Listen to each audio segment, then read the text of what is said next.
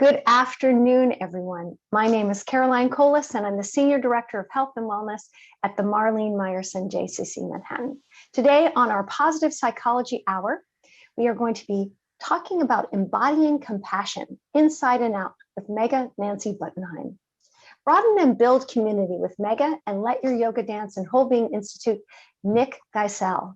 Experience storytelling, gentle movement, writing exercises, deep sharing, and an opportunity to feel and hear and see the value of compassionate touch.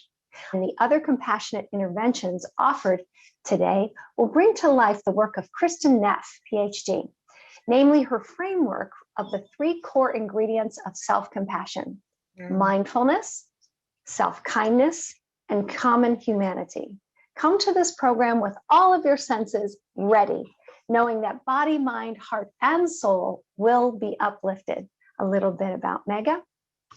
She is the founding director and CJO, Chief Joy Officer of Let Your Yoga Dance and Let Your Yoga Dance for Parkinson's. She's the author of Expanding Joy, Let Your Yoga Dance. Since 1985, Megha has been a faculty member and teacher trainer at Kripalu and has been the director of movement and meditation with the Whole Being Institute of Positive Psychology since its inception. Welcome to the call, Megha and Nick. It's a delight to have you with us. I'm so excited. There we go. She's definitely weaving herself into this whole mix. So thank you, Caroline. You're welcome. I'll let you take it away. Thank you. So everyone, I'm going to stay on in the gallery. I want to see all of you. First of all, could you just acknowledge your body and see what's comfortable for you? I happen to be standing up right now. I'll be probably standing the whole time. You have choice. You can sit, but if you've been on your butt most of the day, feel free to stand and stretch and do whatever you want. You might think, oh, Megha's up. That means we're going to move the whole time. Actually, this is a little more quiet. We will be doing some gentle movement, but not the way I usually do on this hour. So do what feels good for your body. And if you are standing up, could you see if you have a piece of paper and pen nearby? Because you just might want to use it a little later on. All right. So if you are not muted, if you could mute yourself, that would be great so we don't get background noise.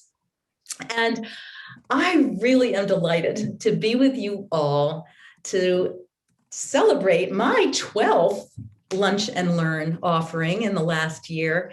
And I've attended so many classes in this positive psychology cohort, and I've loved every single class. So it's really an honor to be here.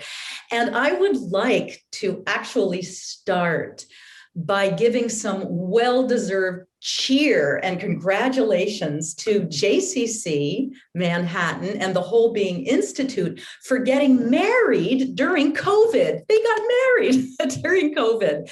And I'd like to thank 3 people in particular. One is the goddess of everything good, Phoebe Atkinson, who has brought in all the teachers this year and has really held the space. So wherever you are, Phoebe, we love you. You're in here somewhere. So lots of love to you. And then, of course, Caroline Colas, who's been the standard bearer, holding everything. So if you have a reaction, you can actually push your little heart. I'm doing that too. Put a little heart for Caroline. And look at that baby. There's Emily just waving at Caroline. And then, of course, Megan isn't here today, but she's the CEO of Whole Being Institute. And I wanted to just send a little gratitude and love to her as well. This is a huge thing.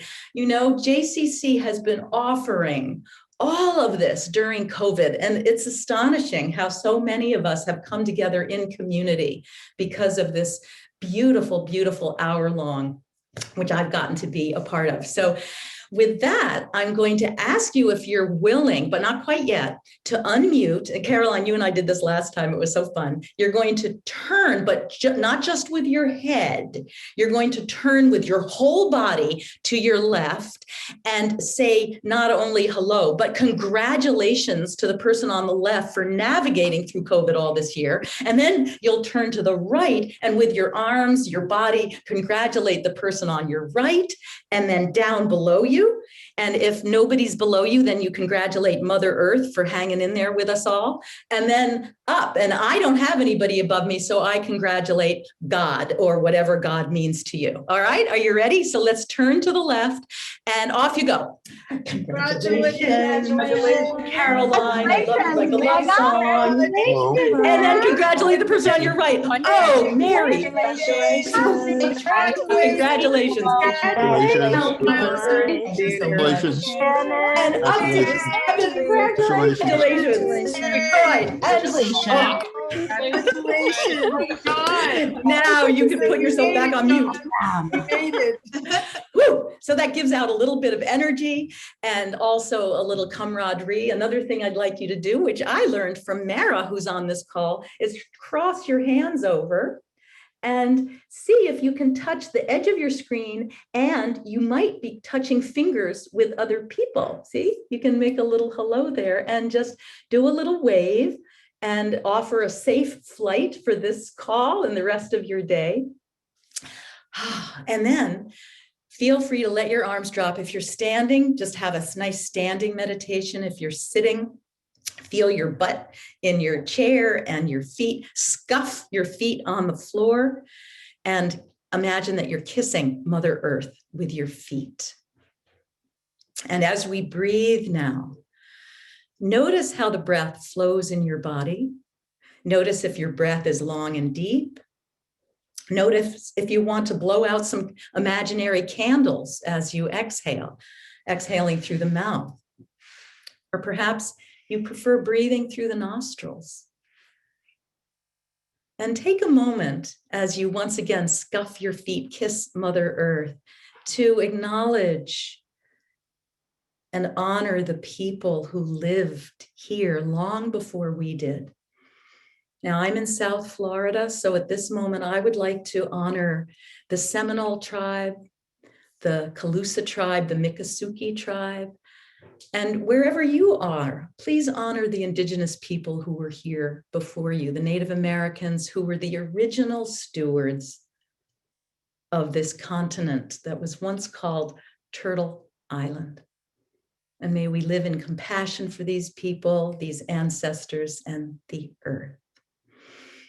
So take a nice deep breath in again. And if you like, you can bring your hands in prayer and offer a little namaste or shalom or hakuna matata, ashe, ashe, anything that floats your boat. And off we go into embodying compassion from the inside out. Now, as I explain what's happening, I'm going to invite you to do some medical Qigong. So medical Qigong is self-massage. Either massaging your head, that's one area you can go to, or your ears, your hands, or your feet. All right, so you can do that while I'm speaking. So right now, what we're going to be doing is looking at compassion from the inside for our own selves. And I'm going to actually invite Caroline now, if you would, to just put on 6 of my slides, all right? And we'll just take a little bit of time to be with them. So as you can see, our title is Embodying Compassion Inside and Out. And then the next slide is Barbara Fredrickson. So if you could move to that. And Barbara Fredrickson teaches, she's a professor at the University of North Carolina.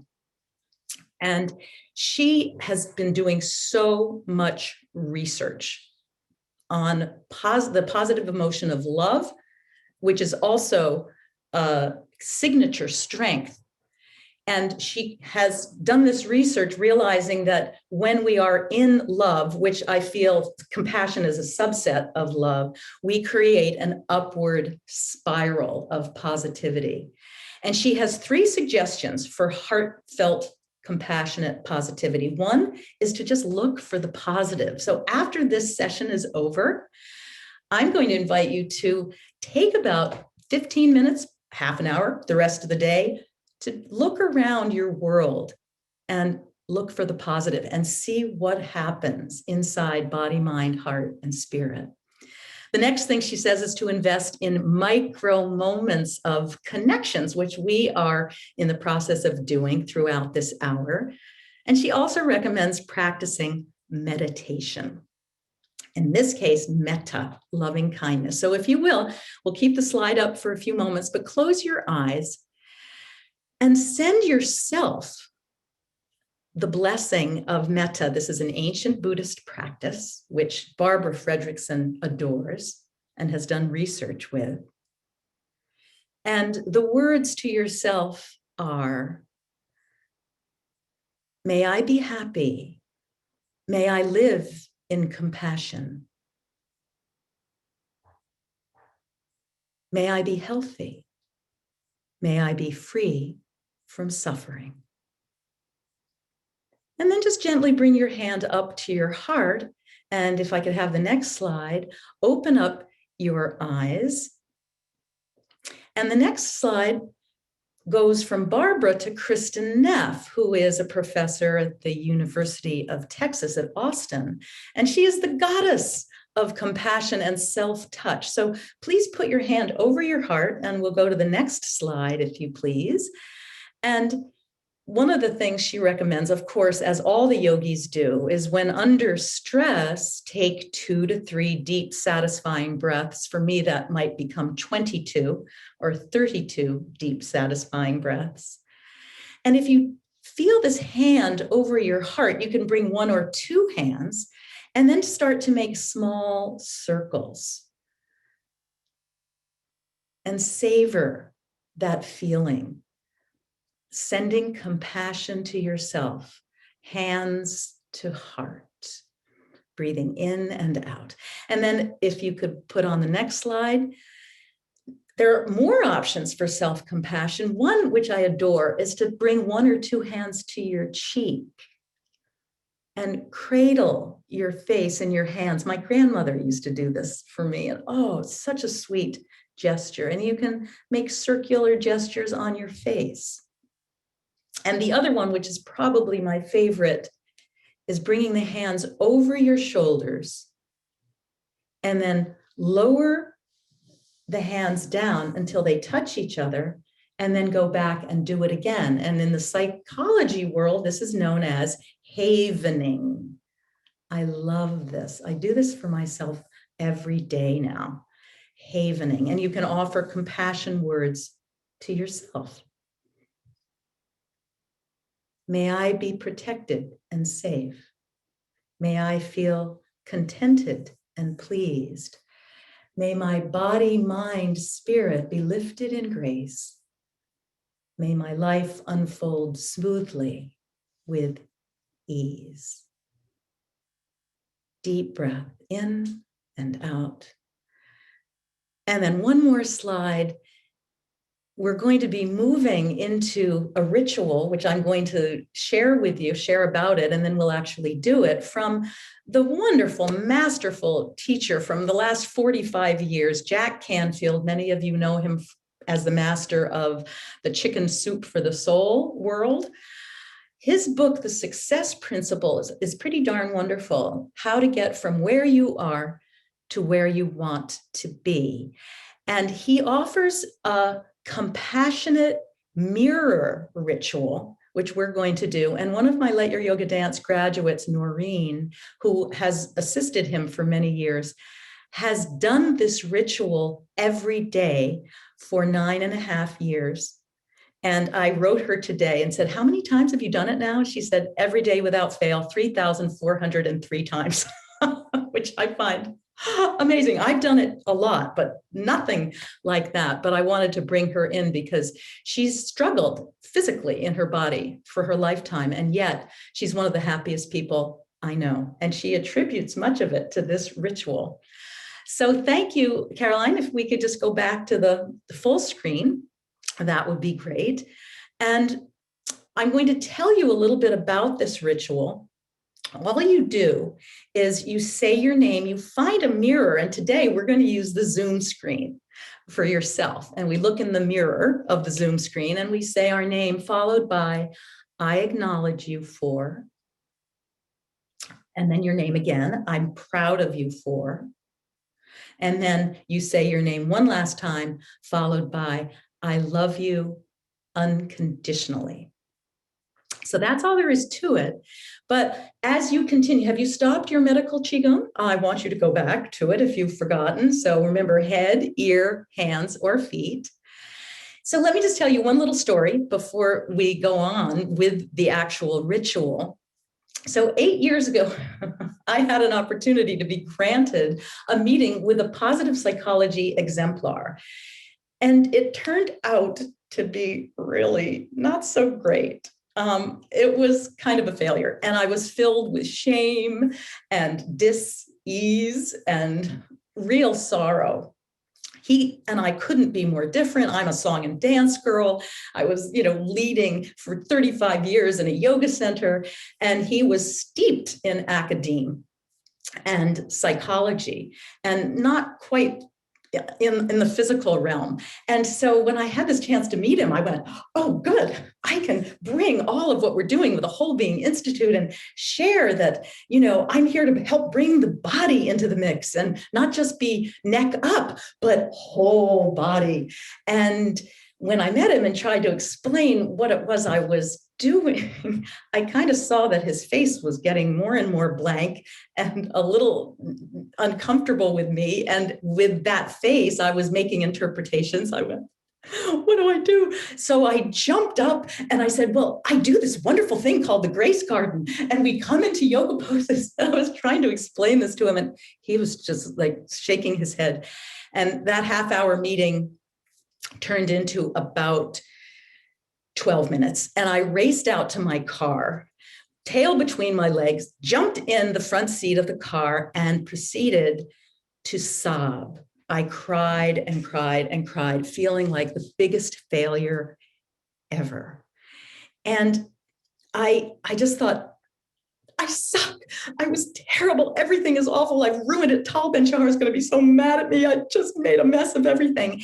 And I happened to glance up at that moment and saw my rear view mirror.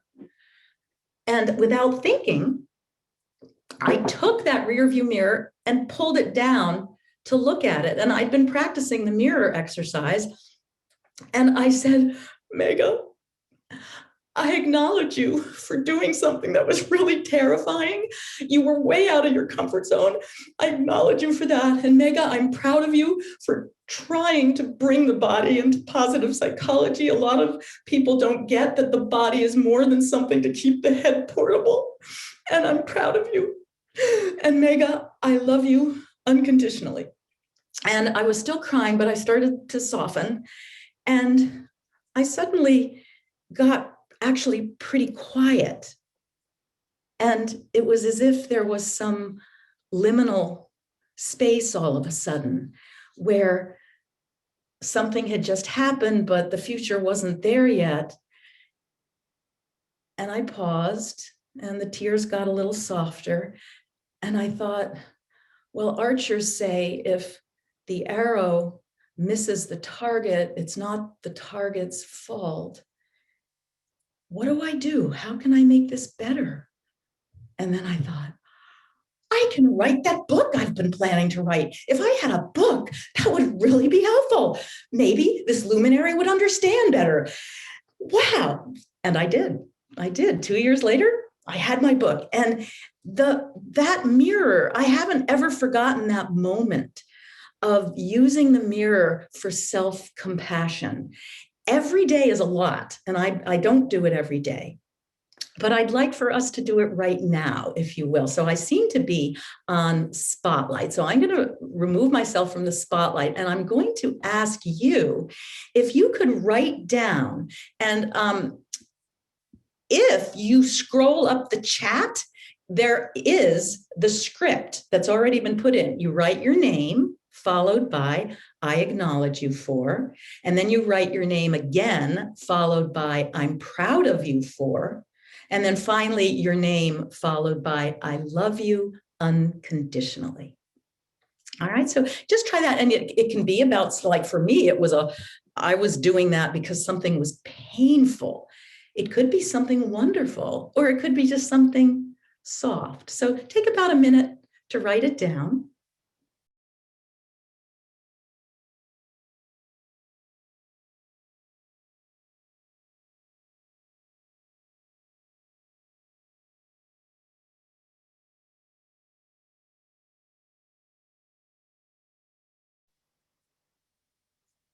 I acknowledge you for, I'm proud of you for, I love you unconditionally.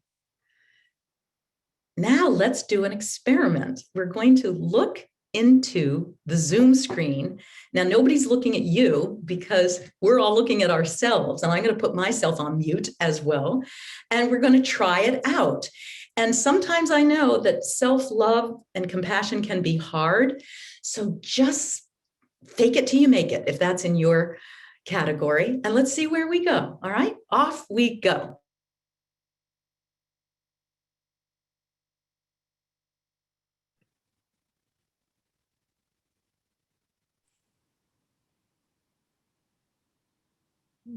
Try it 3 times. Okay, try it again. How do you feel? Take a couple of breaths. Now I'm looking in the chat, and Valerie kindly actually wrote her little script for all of us. She said, Valerie, I acknowledge you for showing up. I'm proud of you for holding yourself with strength. I love you unconditionally. Yay. Always keep the name. It's always important to say your name. And wait a minute, Bunny wrote something too. I acknowledge you for taking care of yourself. I'm proud of you for being sane during this pandemic. Bunny, I love you unconditionally. So awesome. Thank you, Bunny. So the thing about this is that, you know, sometimes when I go into the mirror, it's like, oh, I don't know. You know, I don't feel like it, but it's sort of like playing scales. You know, if you're a pianist or a musician, you gotta do the scales. So, oh, Carolyn, I can find something for you. You, Carolyn, are a goddess of strength and courage. Oh, my heavens. And I am proud of you for trying new things. And now you can say this with me. I love you unconditionally. All right, Caroline, that's when you can really take that in, okay? And I acknowledge you for staying present in your cancer treatment. God bless you. And I'm proud of you for staying kind to yourself and your family. And I love you unconditionally. Wow, awesome. And then PA says, self-appreciation is also connected to gratitude practice in positive psychology, increasing the positive emotion of gratitude through self-appreciation. Here, here. Oh, PA is Phoebe Atkinson, of course. I didn't know. I thought, who's Pa? So thank you, Phoebe. Gratitude is my second positive psychology strength. So deeply embedded with love. So let's take a breath now and reach your arms up. Inhale and exhale. And then shake. Just shake your hands out. If you're standing, you can kick a leg. You know, you can just get up on one leg and kick it. And if you're in your chair, just wiggle. And as you do that, just move about. I'm going to read Joan's.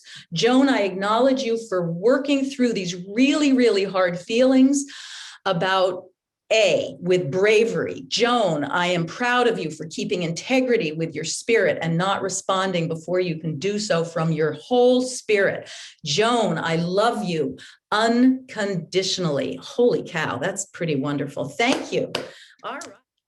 I'm going to now just share, ask Caroline to put on slide number 7, just so you have another way of keeping this with you if you'd like, if you have that slide available.